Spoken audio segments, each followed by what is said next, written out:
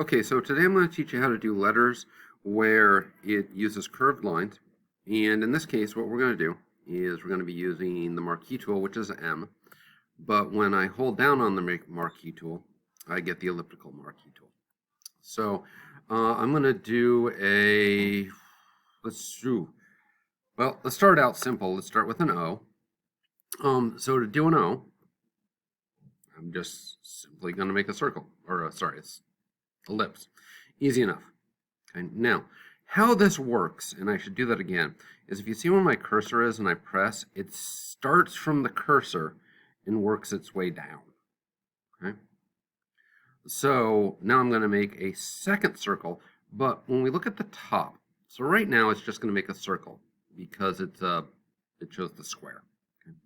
This would mean adding to it because there are two and they merge, and this is take away. So I want to take away.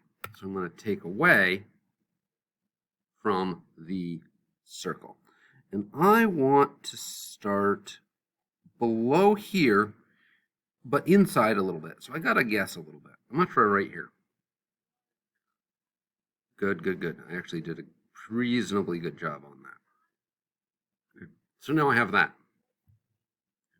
What it did is it just cut away the center. Now I'm going to hit B for brush. Make a nice big brush.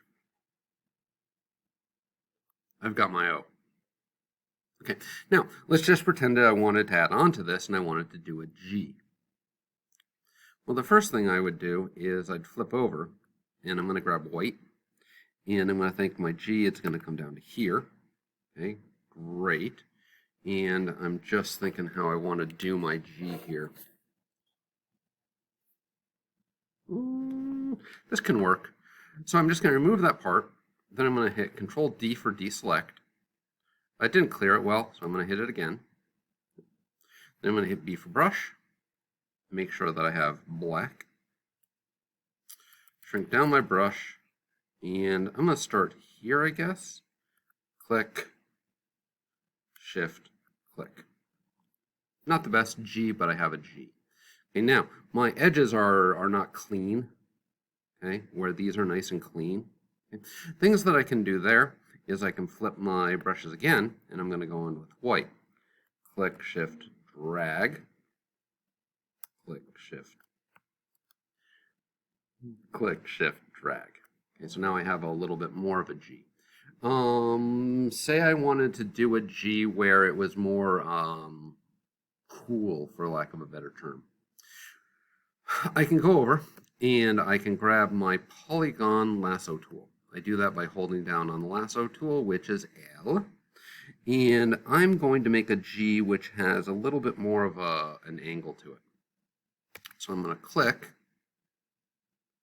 And I'm just going to make this little box right around there. It's going to select that area.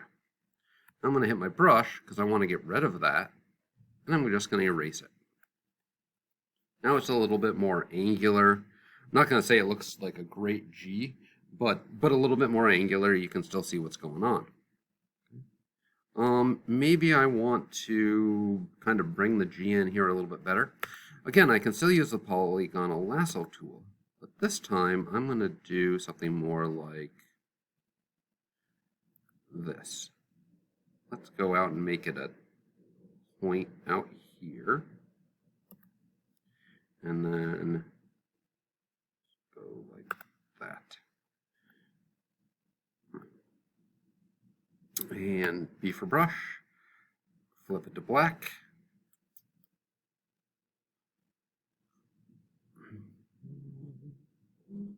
I'm just trying to miss that upper area, which I'm failing, by the way. Oh, but if I want to straighten this out again, I flip back to white, click, shift, click.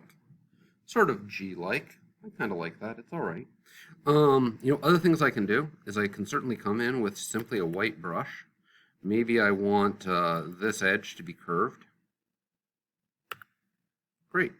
Now I have a G with a curved edge. Maybe I want the G to be polka dotted. Look like it's eaten from cheese. Shrink my brush.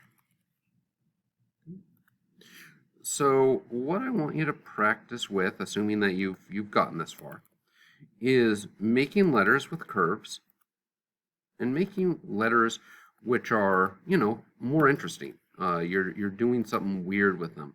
And yes, I do understand that this may not be identified really easily as a G. I need to raise this part a little bit. So what I'm going to do is I'm going to hit Control T. And actually, I'm going to go to Edit. Okay, I got to do this first. F7. I need to unlock it first. Okay. Edit.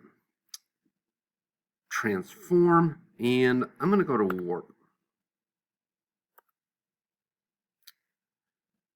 And I'm going to drag this part up. This is where warp can get kind of cool. I don't know how much I like that. I'm trying to drag that part up so that it's more, G-like. It's really epically failing. That's better. Bring that down a little bit, maybe. I don't know. Not convinced it looks more like a G, but that's always a possibility. I can also go Edit and Puppet Warp. The idea with Puppet Warp is all of these little places where it crosses. Think of this as a piece of tissue paper. And every time I put down a pin, it's pinning the tissue paper to that specific spot. But here's the thing. I'm not going to pin the top of the G.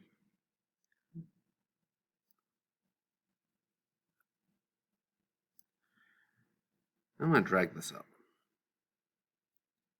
You see how it sticks? Like I can only move this in a certain direction. Yeah. Okay. Let's just go with that. Okay. Interesting G. And then finally another possibility would be under Filter, Liquify. Liquify is great fun to play with. There are tons of features that I'm not going to get into. You can liquefy portraits. I'm just going to use the swirl. I'm going to go in the center, and I'm going to hold down. And it's going to start to swirl that G. Okay, it no longer looks like a G, but just another fun thing to play with. Okay. In this case, you can use single letters to start with, but make sure it's a letter with a curve. And there we go.